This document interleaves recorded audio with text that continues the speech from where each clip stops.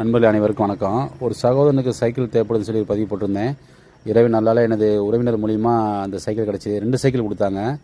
மகனுக்காக ஆசைப்பட்ட வாங்கின சைக்கிள் ஒரு 1.5 மாதம் தான் ஆச்சு சொன்னாங்க. 10,500 சொன்னாங்க விலை வந்த சைக்கிள்.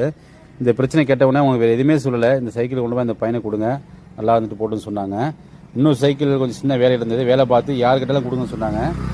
அந்த சைக்கிள் வந்து எனது ஊரில் ரொம்ப உறவினர் வாழ்கிற குடும்பம், அந்த பதிவை பார்த்துருப்பீங்க, அவங்களுக்கு கொடுத்தேன். அந்த அக்கா வந்து பாதிநகரில் வசிக்கிறாங்க. அவங்க பேர் ரசூல் நூறு, என்னை நெருங்கிய உறவினர் அவங்க.